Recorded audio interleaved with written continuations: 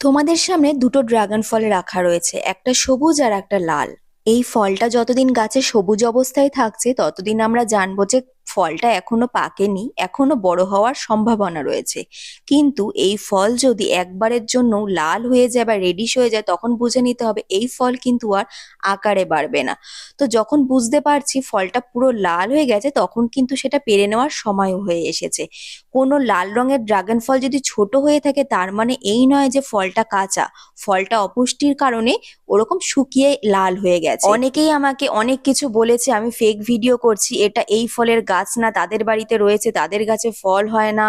তারপরে হচ্ছে কোনটা ঠিক ফল তুলতে হয় আমি সেটাও জানি না, বোকা অনেক কিছু অনেক রকম বাজে তোমরা কমেন্ট করেছো। আসলে আমি তোমাদেরকে একটা কথাই বলবো, তোমরা না জেনে না বুঝে আগেই কিছু বলো না, কিছু বলার আগে তোমরা গুগল বা ইউটিউবে দেখে নাও, তারপরে কমেন্ট করো কিন্তু বন্ধুরা।